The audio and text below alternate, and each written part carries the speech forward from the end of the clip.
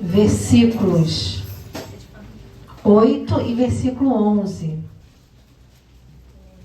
Apocalipse, capítulo 3, versículo 8 e versículo 11.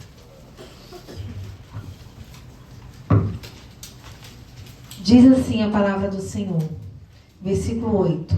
Conheço as tuas obras, e eis que diante de ti pus a porta aberta, e ninguém a pode fechar, porque tendo pouca força, guardaste a minha palavra, e não negaste o meu nome.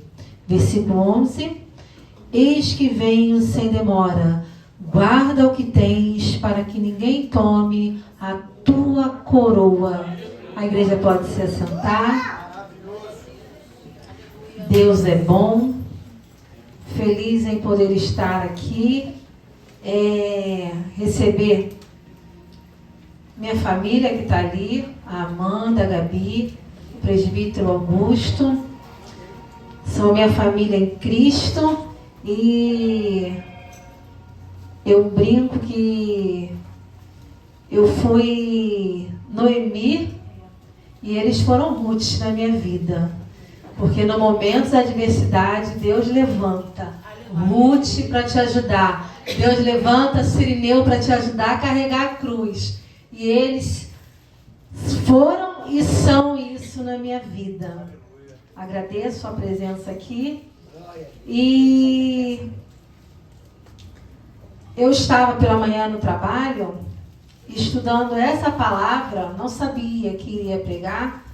E eu estava fazendo um devocional, como de costume, e estava fazendo sobre esses 2 versículos. E Deus estava falando comigo ali, e quando eu cheguei em casa por volta das 16 horas, o irmão me ligou, me trouxe o convite para que eu estivesse aqui nesta noite. E eu queria, de mim, dentro dessa palavra, ir para Daniel, ir para as 70 semanas, mediante o vídeo que foi colocado hoje no grupo, falar dos robôs que estão aí, dos últimos dias, para que nós devêssemos guardar a nossa coroa, porque Jesus está às portas.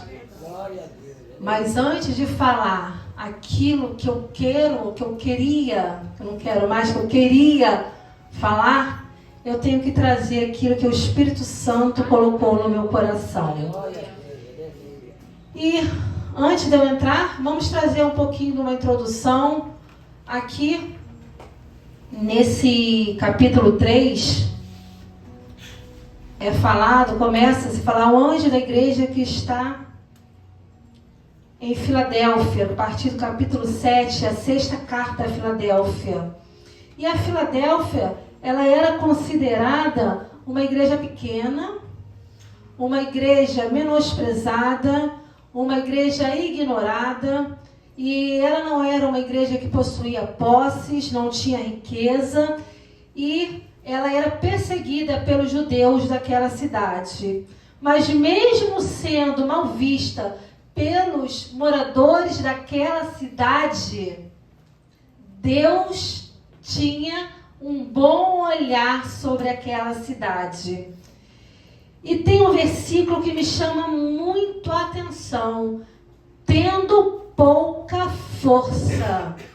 Hoje a sociedade nos fala que nós devemos ser fortes, que nós devemos ser super-homens, mulheres maravilhas, que nós não podemos temer, chorar, enfraquecer. Mas a palavra do Senhor fala, Deus fala, que mesmo tendo pouca força, Deus se agradou daquela igreja. Deus não está procurando homens com superpoderes. Deus está procurando aquele que sabe que tem pouca força, mas que depende da soberania do Senhor. Deus não está procurando super crentes. Deus está procurando homens e mulheres que são totalmente dependentes do Senhor. E é isso que faz a diferença. E era isso que fazia a diferença na vida de Filadélfia. Filadélfia era uma cidade que era a rota dos principais comerciantes daquela época de Roma. E quando Deus fala, pus uma porta aberta, é porque ela usava aquela porta para semear o evangelho de Deus. Ela guardava a palavra, ela era fiel. Ela podia ser insignificante aos olhos dos homens, mas ela fazia a vontade do Senhor, que era pregar o evangelho. E tendo pouca força, ela não negou isso. Deus está procurando pessoas que tenham pouco. Deus está nos dias de hoje, onde a sociedade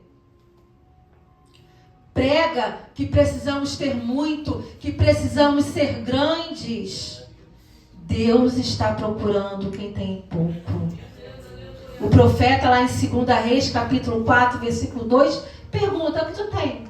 Eu tenho uma botija de azeite. Eu tenho pouco. A tua serva só tem isso.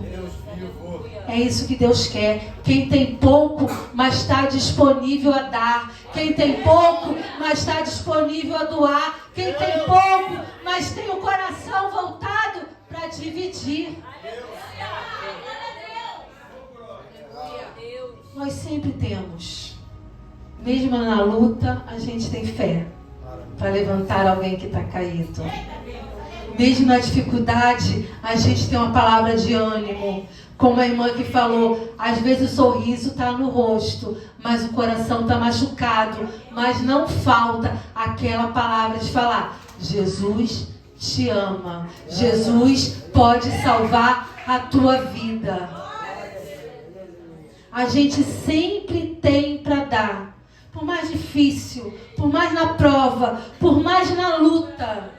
Lá no Evangelho de Marcos, capítulo 21, do 41 ao 44, nós vemos que uma viúva pobre, que não tinha nada para dar, mas que chamou a atenção porque deu o quê?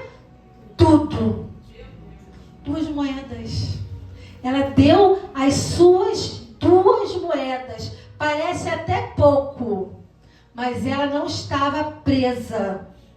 Ela não estava presa às coisas que pareciam comuns. Ela só queria dar o que ela tinha de melhor. Porque ela queria dividir. Porque ela queria ofertar.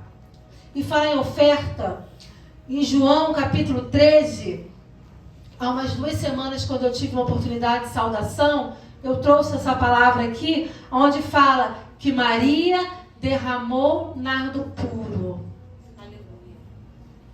E que era um perfume caro. Mas Maria estava grata e queria dar o que ela tinha de melhor.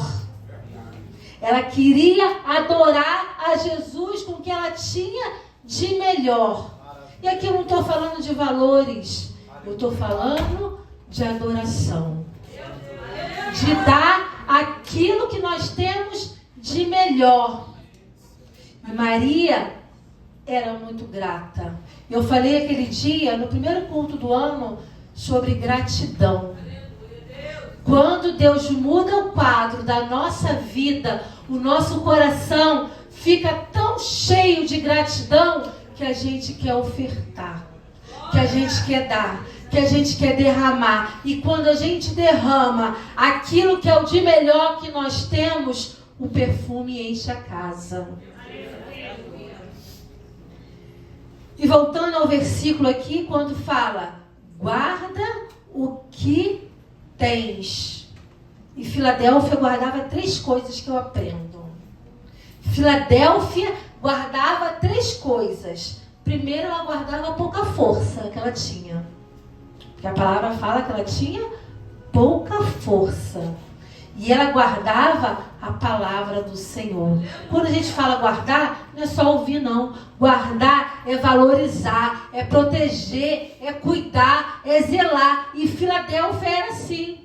Filadélfia tinha pouca força, mas tinha fidelidade. Filadélfia tinha pouca força, mas tinha ousadia. Filadélfia tinha pouca força, mas tinha esforço. Filadélfia tinha pouca força, mas tinha trabalho. Filadélfia tinha pouca força, mas era valente. Para no meio de uma cidade, levantaram a bandeira do Evangelho. A ótica de Deus, ela é diferente da ótica do homem. O homem vê talvez um agricultor louco, mas Deus via quem? Um homem realizador de projetos, chamado Noé. O homem via um menino franzino. Deus via quem? Deus via um rei valente. O homem, ele via um jovem sonhador. Mas Deus via quem? Via um governador. O homem, ele via uma menina órfã. Mas Deus via uma rainha. Ei, você não é o que o homem vê. Você é o que Deus tem projetado para a tua vida. Não fique preso à palavra do homem. O homem só enxerga aquilo que os olhos podem ver. Deus, ele vê muito além. Deus, ele vê muito além. Não se apegue à palavra. Você não consegue. Você não pode. Você não é nada. Quem escreve a tua história é Deus. Você entregou a caneta e o papel na mão do Senhor. Deixa por conta do autor. É Ele que escreve. E às vezes, Deus tem coisa grande para mim e para a tua vida, mas você está presa a que o homem falou. Você, não, fulano falou que eu não consigo. Se José pensasse assim, ele não chegaria ao trono. Se Davi pensasse assim, ele não chegaria ao trono. Se Esther pensasse assim, ela não seria rainha. Que você está vivendo hoje não define os planos do Senhor para a minha e para a tua vida. Quem sabe os planos do Senhor para a minha e para a tua vida é Deus. Não é o homem que pode definir quem você é. A sociedade define o que você é pelo que você tem. Deus não. Deus confunde. Deus confunde. Deus pega o pequeno e faz grande. Deus exalta aquele que está lá embaixo e transforma uma nova história. Deus pega o ex-drogado e transforma num pregador da palavra. Deus pega uma pessoa abandonada e faz viver em família. Esse é o Deus que nós servimos. Esse é o Deus que escreve novas histórias. Tendo pouca força, guardaste a minha palavra. Lá em Romanos, capítulo 8, do versículo 35 ao 39, diz assim: quem nos separará do amor de Cristo? A tribulação? Ou a angústia?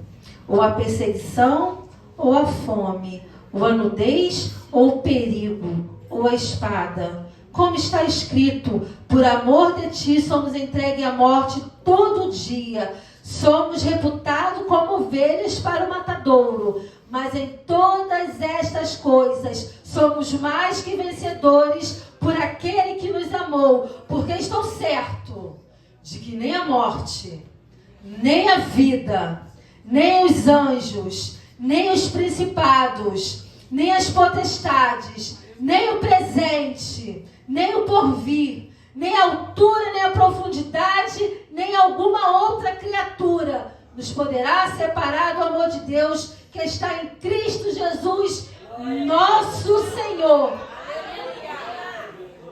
E aqui eu entro na mensagem que o Senhor colocou no meu coração.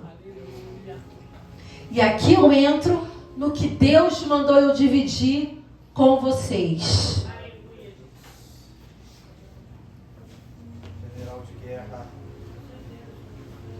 eu com 9 anos descobri que eu era adotada. Eu achei uma carta dentro de uma bolsinha rosa, achei a bolsinha rosa bonitinha, coisa de menina, né? Coisa de menina vaidosa. Peguei a bolsinha e comecei a brincar de desfile com aquela bolsinha. Caíram-se alguns papéis e eu peguei e fui ler. E com 9 anos eu tinha uma boa leitura e uma boa interpretação. E ali eu vi que aquela carta tratava-se da história de um bebê. De um bebê que estava para nascer e que seria doado. E na carta perguntava quem queria aquele bebê. Porque aquela pessoa que estava grávida tinha poucos anos. Na época eu não sabia quantos anos, mas hoje eu sei que ela tinha 15 para 16 anos e ela não poderia ficar com aquele bebê. E ela pedia para a tia dela, que morava aqui no Rio, ela morava no interior, que ficasse com aquele bebê. E aquele bebê sou eu. E ali eu entendi, mediante aquelas cartas, que se tratava da minha história. Da minha história. Isso para a cabeça de 9 anos de uma criança é uma coisa que muda comportamento, muda confiança, muda sociabilidade, muda tudo. E ali começou o projeto de Deus na minha vida. E ali eu tinha 9 anos e não falei para ninguém aquilo. Para ninguém. E quando eu tinha 14 anos, faltando uns 15 dias para o meu aniversário de 15 anos, os meus pais adotivos começaram a brigar. E eu entrei na frente para defender a minha mãe, coisa normal de criança. Mãe, filho sempre vai proteger a mãe, é o instinto. E ali meu pai falou: você está brigando por quê defendendo ela? Você foi achada no lixo. Nem cachorro abandona os cachorrinhos como você foi abandonado. Irmãos, nunca levei um tiro não. Mas eu acho que um tiro não ia doer tanto quanto aquilo que doeu na minha alma. Porque aquilo, o tiro pode machucar a carne. Mas aquilo ali destruiu a minha alma. Uma alma de uma menina de 14 anos que era bem doce, bem inocente, bem caseira, não brincava na rua. Tinha um olhar bem familiar e aquilo ali destruiu. E eu tenho um defeito que também é uma qualidade. Eu sempre fui muito determinada. E ali eu fiquei quieta e falei, quando anoiteceu, eu vou embora de casa. Não apareço mais aqui, ninguém nunca mais vai ouvir falar no meu nome. Juntei minhas roupas, coloquei na mochila, esperei anoitecer. Quando anoiteceu, peguei a mochila sem ninguém ver e fui para a rua. E ali eu não voltaria. Eu estava determinada a não voltar. E fui me despedir de 2 amiguinhas. E quando eu cheguei para me despedir dessas amiguinhas, na casa de todas as 2, a mãe falou assim, elas estão numa igrejinha que abriu ali essa semana. E era o único caminho que eu tinha para passar, que era aquela rua. Não tinha outra rua. Eu tinha que passar por aquela igrejinha. Eu falei, já vou passar por lá mesmo, vou chamar, vou dar um beijo, vou dar tchau e vou seguir.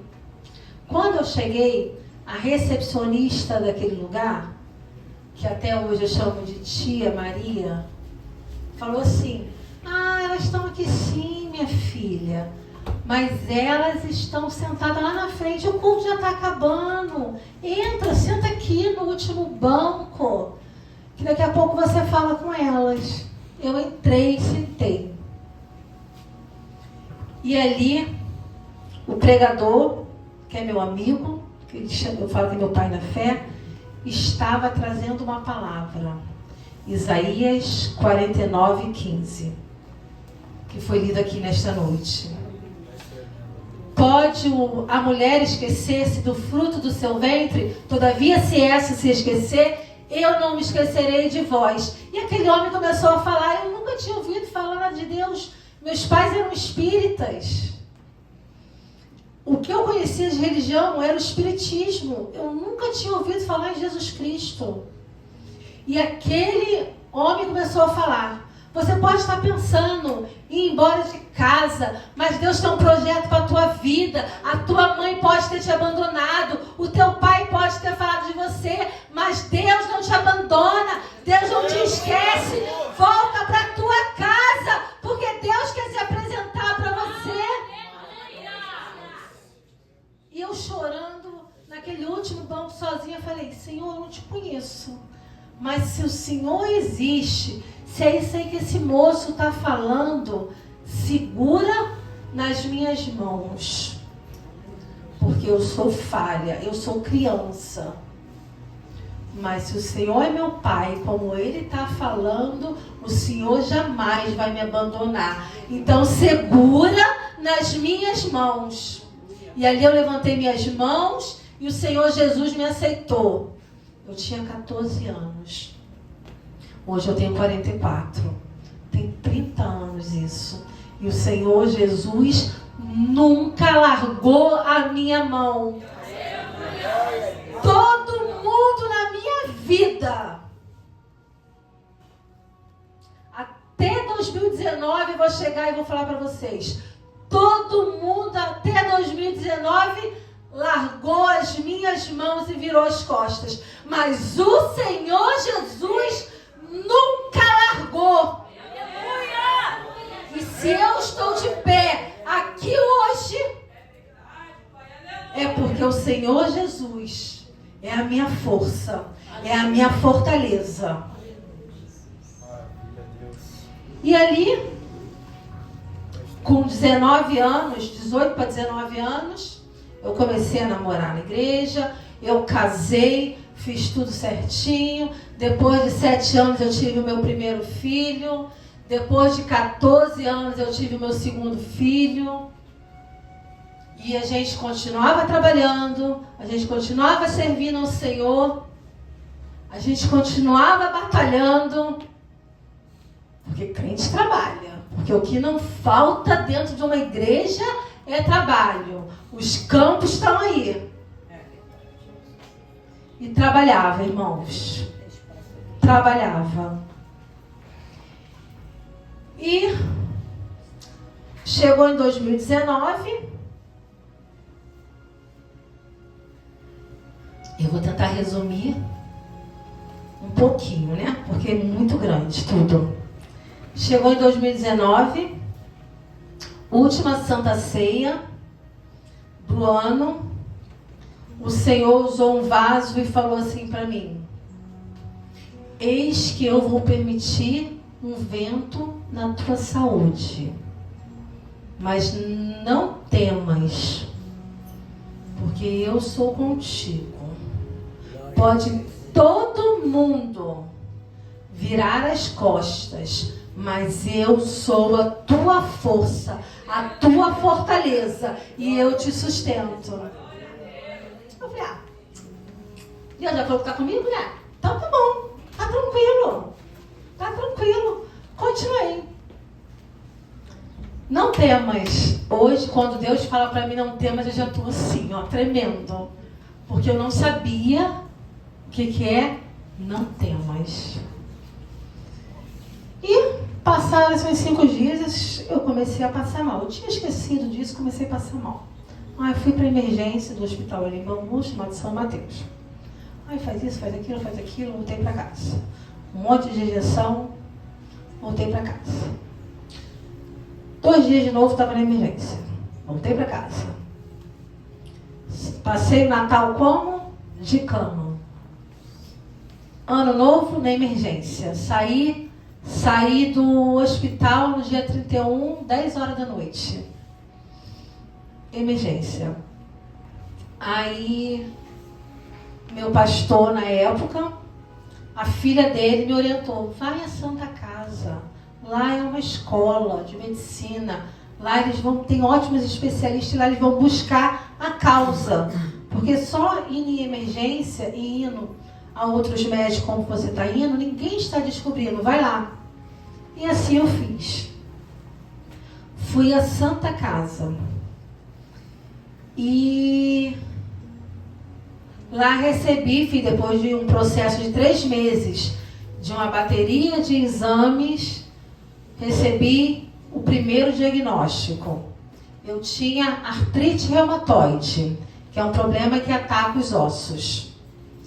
Mas a reumatologista falou assim, tem alguma coisa estranha. Vamos fazer mais exames? Aí descobriu, aí veio o segundo diagnóstico. Tem como colocar o slide do print?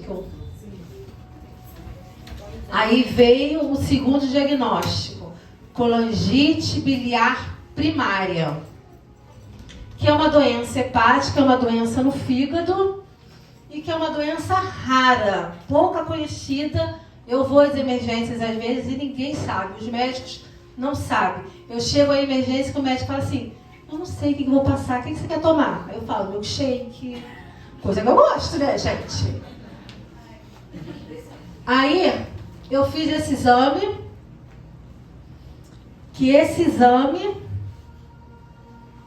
deixa eu colocar ali. Gama GT, hepatograma. É um exame de sangue que cuida do fígado. E ali, olha, o normal é que tá pequenininho. Do teu lado direito, se você for abrir, o máximo é 30. O meu estava 3.349. Olha lá, o máximo é 36. Está aqui no cantinho, olha lá. 36. O meu estava 3.349. Aí chama a junta médica daqui, chama a junta médica dali, chama a junta médica de lá. Aí recebo o primeiro diagnóstico mediante a esse resultado. Aí a doutora Ieda falou assim, todo jeitinho, todo carinho, eu queria te falar que você tem alguns meses de vida. Em 2019. Se for lá em cima, não sei se está no print, tem a data. Olha lá, 4/2/2019. Aí ela falou assim, você tem poucos meses de vida. Aí eu, tudo bem, tá bom. Aí ela, você tem que procurar um psicólogo. Eu falei, tá bom. Aí contei pro meu pastor e falou assim, você tem fé, né? Eu falei, não, pastor, ela estudou medicina. Ela não entende da matemática de Deus. Ela entende de medicina. Ela está baseada naqueles números ali. Meu Deus, tem a matemática dele. Aleluia. Poucos meses de vida deve ser uns 500, uns 600, por aí. Depois disso, veio um outro diagnóstico. Porque o fígado, com essa taxa, ele começou a atacar os meus órgãos. E ele atacava meu coração, atacava minha pele, atacava todos os meus órgãos, todos. Aí veio o diagnóstico de síndrome de Sjögren. Poucas pessoas também conhecem, porque crente gosta de coisa difícil. Crente gosta de coisa diferente. Não podia ser diferente comigo, né? Tinha que ser uma coisa diferente. Até para eu aprender a falar esse nome eu custei. E também os outros médicos não conheciam. Aí eu falei, tá bom, ela me falou isso, ela é boazinha, ela é maravilhosa, mas eu vou procurar outros médicos. Comecei a ir em busca de outros médicos, e quando eu chegava lá, todos, isso com muita dor, irmãos, sempre com muita dor, todos falavam, você tem pouco tempo de vida. Eu fui numa médica na Praça Seca, eu sou funcionária pública, e ela falou assim, você tem plano de saúde, não tem? Eu falei, tenho. Você tem plano funerário, não tem? Eu falei, tenho. Então, pode encomendar o seu caixão. Pode encomendar o seu caixão. Eu falei, vamos mandar fazer um verde de bolinha rosa, pode deixar. Porque eu não vou usar ele agora, não. E todas as palavras que eu ouvia eram palavras de morte. Mas Deus tinha a palavra de vida para mim. Deus, ele falou que eu ia passar por um vento. Ele não falou que eu ia ficar no vento. E os médicos falaram, isso é certo. Você vai ter alguns dias andando, outros dias você vai ficar acamada. E como é uma doença degenerativa, você vai vir a óbito na cama. Falei, tá bom. Nessa época eu estava cursando faculdade de pedagogia e teve um dia, entre tantos os fatores, mas um dia que me chamou muita atenção, que acabou a minha aula, eu estou descendo a escada da faculdade, quando eu boto o pé na calçada, eu não enxergo mais nada. Falei, como que eu vou embora? Como que eu vou embora? Fui passando a mão no muro. Porque eu sabia que se eu atravessasse 5 ruas, eu ia andar mais ou menos 700 metros, qualquer ônibus que passasse ali ia me deixar na minha casa. E assim foi, passando a mão, atravessando, esperando ouvir barulho, sem ouvir barulho, atravessei, sem me desesperar, porque eu sou uma pessoa extremamente calma normalmente. Só vai me ver gritar se eu ver uma cobra, fora isso, eu sou sempre calminha. E ali fui para casa. Fui para casa, foi melhorando, minha visão foi voltando, não falei nada, não tem nada. E ali parecia estar ruim, não parecia estar ruim? Parecia estar ruim. Mas Deus, quando Ele quer testar o crente, quando Ele quer colocar na prova, quando Ele quer mostrar quem é você, Ele mexe lá no fundo, para levantar e ver o que tem no fundo. Porque só vai levantar aquilo que está no fundo. E Deus faz isso aqui, ó. Se tem açúcar, levanta. Se tem fé, levanta. Agora, se tiver murmuração, vai levantar também. Se tiver reclamação, vai levantar também. Se tiver desânimo, vai levantar também. E Deus sacode. E ali, chegou meados de 2019. Muitas dores, muitas vezes sem andar, muitas vezes esquecendo, porque o fígado ele é responsável por produzir as enzimas, os hormônios, e a nossa memória é por hormônio. Às vezes, minha memória está ruim, às vezes é um hormônio que está baixo, então vale até a pena você investigar o seu hormônio para ver por que você está com algum problema de memória. Aí achei que estava tudo ruim. Eu era dirigente de culto de libertação, eu era vice-líder das irmãs, eu era coordenadora da escola dominical, superintendente da IBD, e eu ajudava todos os departamentos. Tá ali, ó, Amanda, que foi minha aluna criança, foi minha aluna adolescente, foi minha aluna jovem, Gabi, que foi minha aluna criança, foi minha aluna adolescente, foi minha aluna jovem, Presbítero Augusto, que foi meu aluno quando eu dava aula para os obreiros. E eu ajudava todos os departamentos. E às vezes eu não faltava um culto. Eu trabalhava e eu estava em todos os cultos. Às vezes eu não conseguia voltar para casa, tinha que ser carregada. E o meu filho mais velho, que hoje não pode estar aqui, na época, estava com 14 para 15 anos, era ele que me carregava. E eu estava casada. Nessa época, casada há 20 anos. Com o evangelista da casa do Senhor. Mas quando Deus quer fazer, quando Deus tem propósito, quando Deus quer mexer, Ele fala assim, deixa eu ver.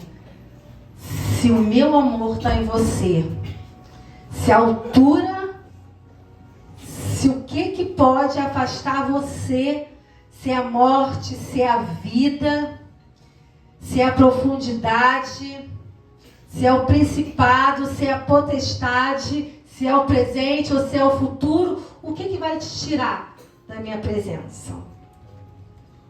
Jó, o diabo não foi lá reclamar?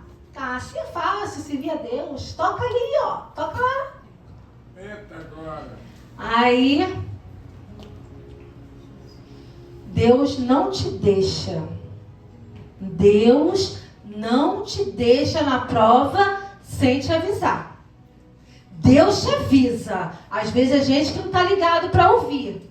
Mas Deus te avisa. E Deus me revelou uma coisa que para mim e para todo mundo, para minha família, para a igreja, era impensável. Eu comecei a piorar muito. Piorar muito. De eu ter que ir à cidade, na prefeitura, e não lembrar de onde eu estava. De eu sentar, respirar e falar assim, e agora? Eu não sei onde eu estou, nem o que eu vim fazer aqui. Mas eu não esquecia de Deus. E eu falava, meu Deus, me ajuda. E ali eu lembrava. Resolvia minhas coisas e voltava para casa. E fui piorando.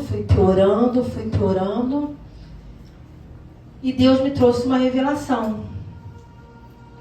Que na época, o meu marido, do meu primeiro casamento, estava me traindo como uma irmã da igreja.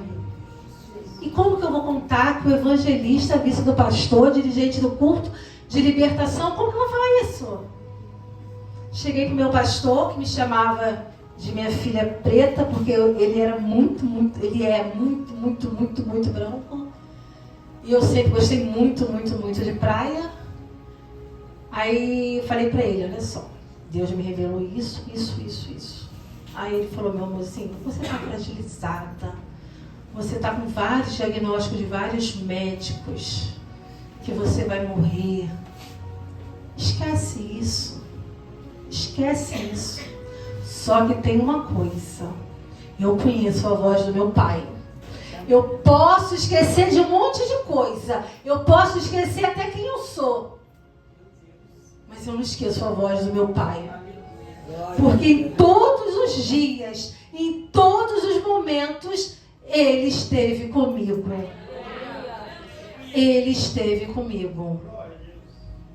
E ali foram desenrolando as coisas, foram acontecendo.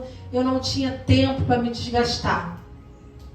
Eu tinha tempo para buscar ao Senhor, cuidar dos meus filhos, que um tinha 6 e um tinha 14, e buscar ao Senhor, porque eu precisava de força.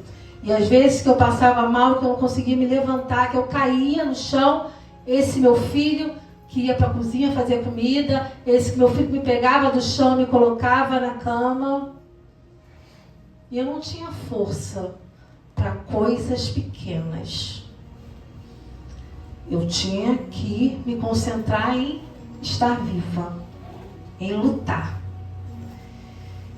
E ali, todo mundo da família, aquelas pessoas que sempre foi, Cris, faz o trabalho do fulano, que o fulano não sabe fazer. Cris, pode resolver isso para mim? Cris, pode levar o primo no médico? Cris, pode fazer aquilo? Cris, todo mundo sumiu. Todo mundo sumiu. Mas era propósito do Senhor.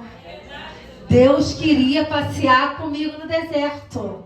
Era propósito do Senhor.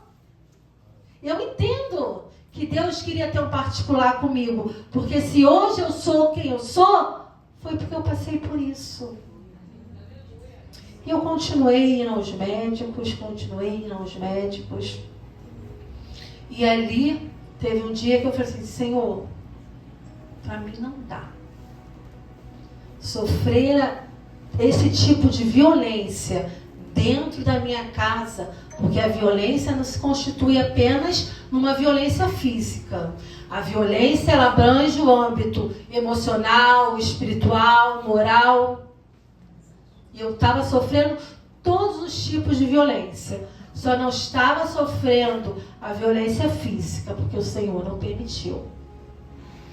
E ali eu morava numa casa relativamente grande, que nós tínhamos construído, que era no terreno do meu ex-sogro.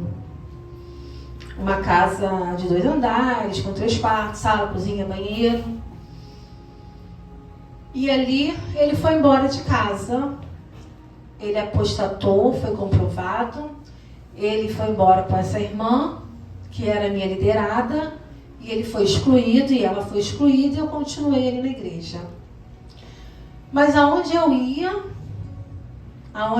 porque eu saía para o Padre Miguel para pregar, eu saía para o Jardim Novo para pregar, eu saía para o Bangu para pregar, eu chegava, tinha irmã chorando, você não merecia isso, não sei o quê, você não sei o quê. E Deus falava, vou te levar para uma terra distante. Mas como que eu ia para uma terra distante? Se o dinheiro que eu tinha, que eu recebia, era pouco e era para o meu tratamento e era para a despesa da casa. Não sobrava, irmãos. Não sobrava R$1. E eu pensava, como? Como? Não tenho como sair daqui, não tem como. Mas se o Senhor falou, Ele pode fazer. E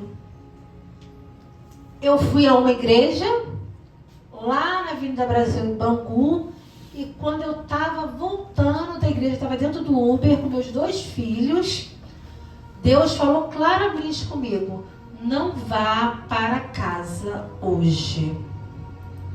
Como que eu vou para casa? Sem nada. Só que a minha bolsinha e a minha Bíblia com meus 2 filhos. Liguei para uma amiga, coisa que eu não tinha o hábito, e perguntei, Adriana, posso dormir na sua casa com meus filhos hoje? Aí ela, pode. Fui. Cheguei lá umas 10 horas, tomamos os banhos, fomos deitar e ficamos conversando. Meia-noite eu recebo uma mensagem no meu Messenger de uma pessoa que eu não tinha contato numa rede social.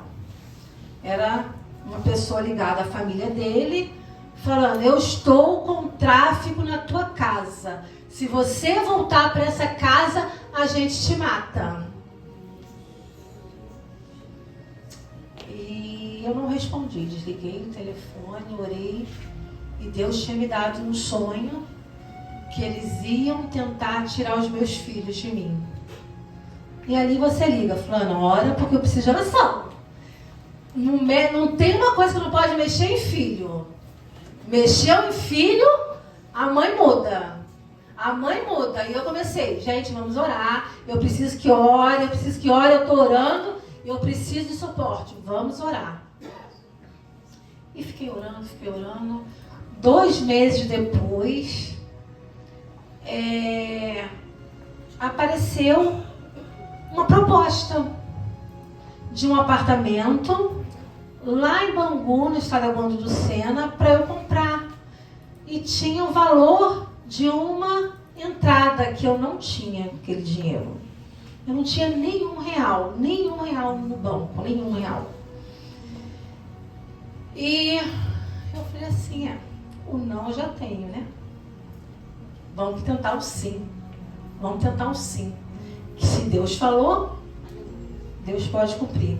Fui no banco, tentei um empréstimo, mas era um valor alto. Meu salário não tinha margem consignável para aquele valor. E isso era época de carnaval, em 2022. Isso numa terça-feira de carnaval. Fiz a proposta do empréstimo online. Na quarta-feira de carnaval, o empréstimo veio a resposta, foi negado. Meus filhos e eu tínhamos planejado de irmos para a praia. Aí eu falei assim, eu ficar em casa não vai resolver nada. Vamos, meninos. Vamos limpar a nossa mente, sair desse espaço aqui um pouco. Fomos para a praia, mas antes de ir para a praia, eu fiz a transferência do meu dízimo. E eu fui para a praia. Quando eu cheguei na praia, caiu dinheiro na minha conta. Aí eu abri, que dinheiro é esse? Era o dinheiro do empréstimo que tinha sido negado. Liguei para o banco e o banco não sabia explicar, mas falou que o empréstimo tinha sido liberado. Meu Deus, aleluia! Na quinta-feira, procurei o dono da casa, fomos ao escritório, fomos ao cartório, fechamos a compra e não falei para ninguém. Ninguém. Absolutamente ninguém. No sábado de manhã, a família do meu ex-marido chega na minha casa para me colocar para fora.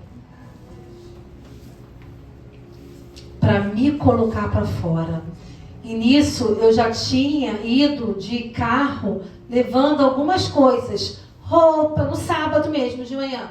Roupa, coisas pequenas. Meus livros, coisas, foto, coisa pequena, que cabe dentro de um carro pequeno de passeio.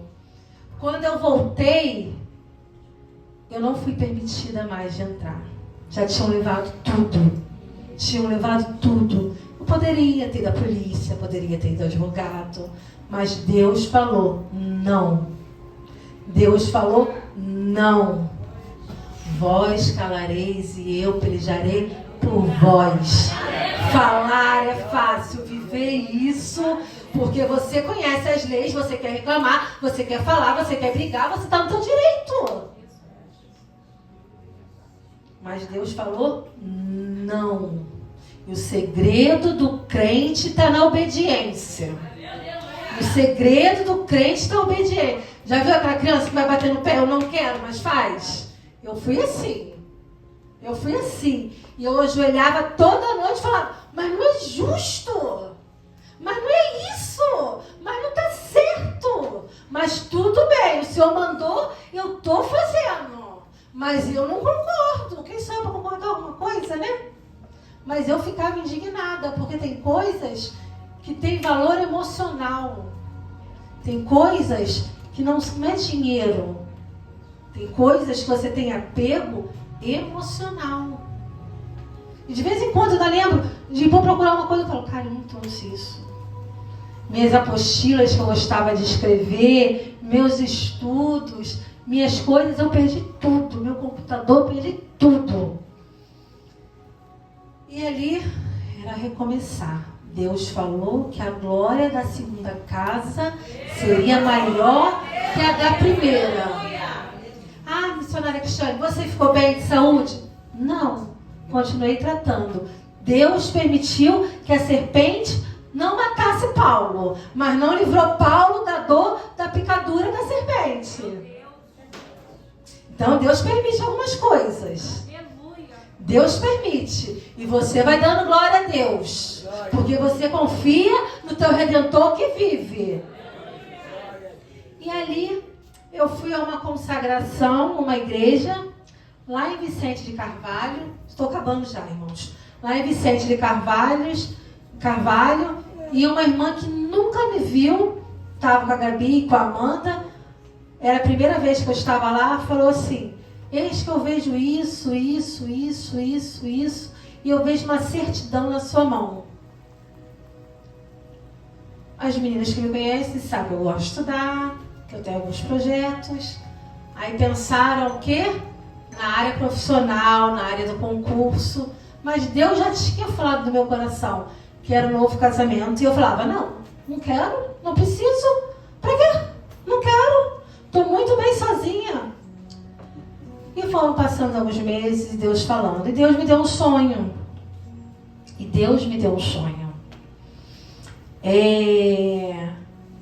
Que eu encontraria uma pessoa. Me deu o apelido da pessoa no sonho. E no sonho estava minhas sobrinhas Amanda e Gabi. E eu falei, Deus falou que eu vou encontrar um varão e ele vai se chamar fulano. Aí, qualquer lugar que a gente ia, elas ficavam, será que é ele? Eu falei, não é ele. Sossega aí, fica quieta, sossega. E Deus, do nada, porque o de repente, Deus é aquele que faz acontecer, é de repente. E as pessoas falam assim, você está em busca de alguém? Eu falava, não. Eu estou à espera da promessa do Senhor. Eu estou à espera. E surgia proposta de namoro, pedido. Eu falava, não quero. eu estou à espera do que Deus prometeu para a minha vida. Eu estou à espera do que Deus prometeu para a minha vida.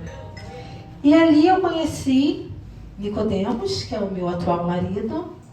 Nós estamos casados há 1 ano e meio. E a glória da segunda casa é maior que a da primeira. Congreguei em Bangu nesse período que eu fui morar em Bangu. Fiquei congregando lá até agora, novembro. Novembro eu vim para cá. Nos casamos em junho de 2023. A mulher que erra a data, gente, é a memória. 2023. E Deus tem feito acontecer tudo que Ele prometeu na minha vida. Tudo que Ele prometeu. Nós passávamos aqui, ele morava em Jacarepaguá, quando namorávamos, e eu falava assim, eu vou morar aqui na Sulacap. Não tem dinheiro não, irmão. Nem ele tinha. Mas eu tinha promessa, eu tinha um Deus, eu conhecia um Deus que fazia acontecer. E assim Deus permitiu que a gente comprasse uma casinha, estamos pagando ainda. E na área da minha saúde, Deus já te curou? Ainda não. E não sei, pode colocar o segundo slide, por favor? Não sei se Ele vai curar ou se Ele não vai curar. Isso não cabe a mim. O que me cabe é prosseguir, é marchar, é ir em frente, é continuar. Porque Deus não depende, Deus não precisa de doença para me levar. Deus não precisa do meu fígado estar funcionando ou não. Quando a médica fala assim, qual é a sua queixa? Eu falo, eu queria usar salto alto, porque eu sempre usei salto alto, não consigo mais. Aí ela fala, minha filha, você é um milagre, você está viva. E já tentaram me colocar na fila de transplante, mas o fígado, que é uma lama por dentro, ele é perfeito por fora. E a medicina não consegue explicar isso. Que com um fígado que não tem mais nada por dentro, por fora, ele não tem uma célula ferida. Só Deus. É Deus. Sempre foi Deus. E hoje eu continuo meu tratamento. Porque a gente tem que vigiar e orar. A gente tem que ser obediente. Deus deu a medicina para que nós nos cuidemos. Hoje, aquela taxa ainda está muito alta. Que estava 3.000 e alguma coisa, está 1.200 e pouco. Mas isso não me impede de trabalhar, não me impede de ter a minha vida normal, de cuidar da minha casa. Cheguei do trabalho, fiz o jantar e vim para a igreja. Deus continua me sustentando. E aquilo que parece... Essa semana eu postei eu na esteira aqui na academia e botei assim, corri 4 minutos. O pessoal deve falar assim, mulher doida, correu 4 minutos. O que é 4 minutos? Gente, não era para eu andar. Não era para eu andar. Não era para eu estar em pé aqui.